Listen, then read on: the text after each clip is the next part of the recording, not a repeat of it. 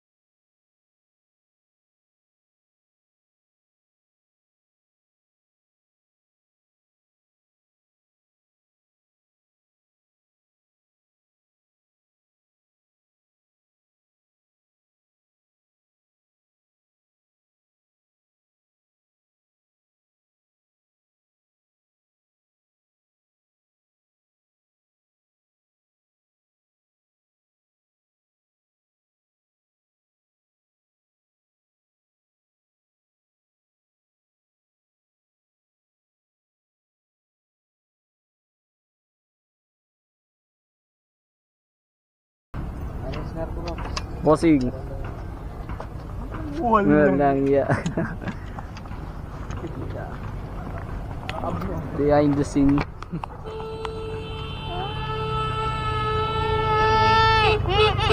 Pausa yan. Ano yan? Naka-vlog yan? Oo naman. Siyempre. Oh, So vlogger! Vlogger na yan, dalawa kasi nakikita. Welcome to my guys! tara na. Sige.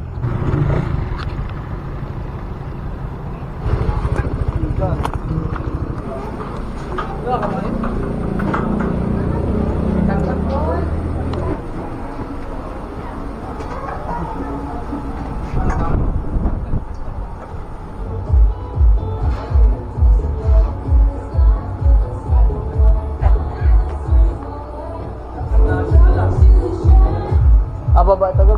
Ha? Hindi na. Diyan na lang. Asaksak na lang. Hi vlog.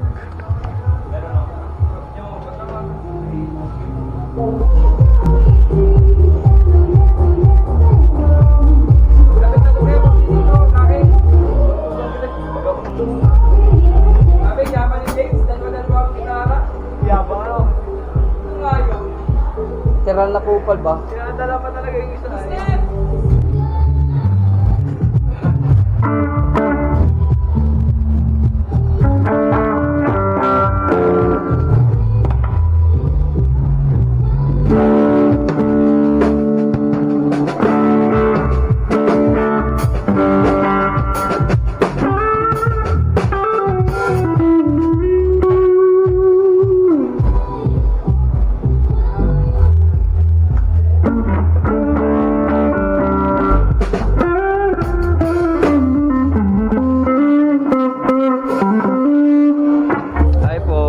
Siya nga po pala, idol ko. Idol po. Ayan po. Paano ang pose? Walang pose yan. Ay hindi, yung cut na. Yung Ano?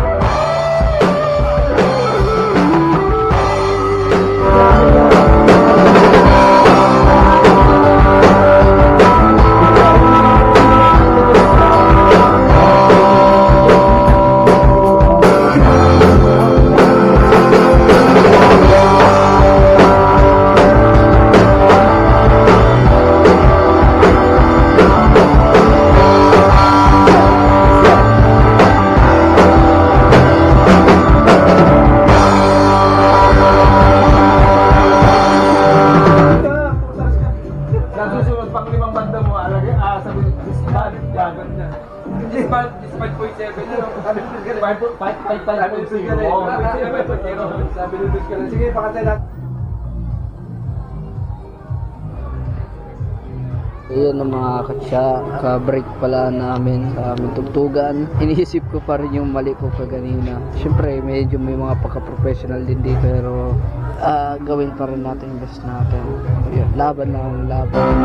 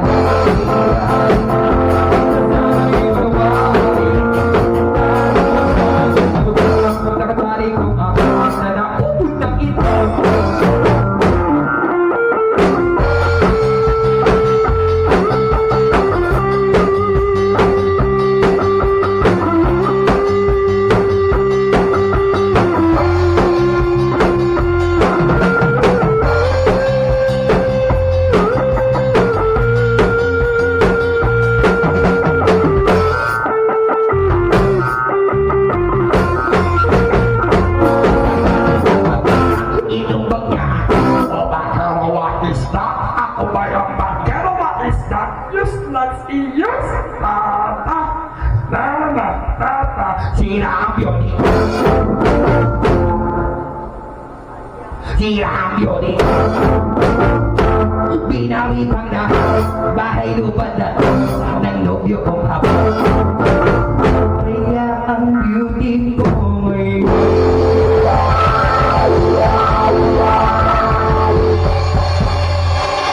nagtitindahan.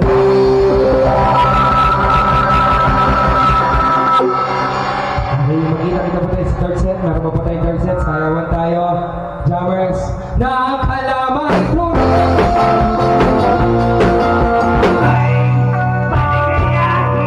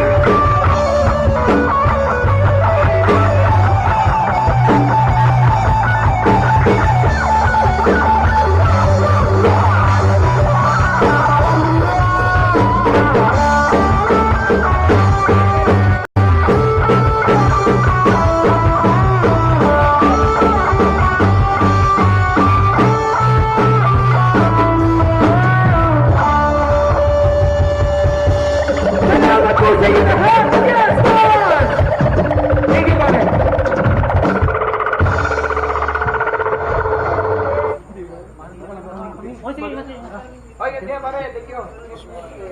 Bye. Papaiwan ako.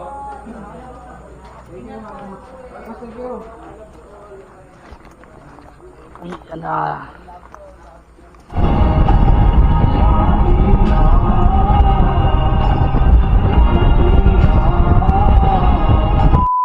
At sa iyo na mga katsa, kagising ko pa ang oras ko is 3:12 na ngayon ng mga katsa. Pero nagising ako mga alas 3. Ganun kasi ako pag nakatulog ako ng mga 11 or 12 ay napapagising ako ng mga maaga ng mga katsa.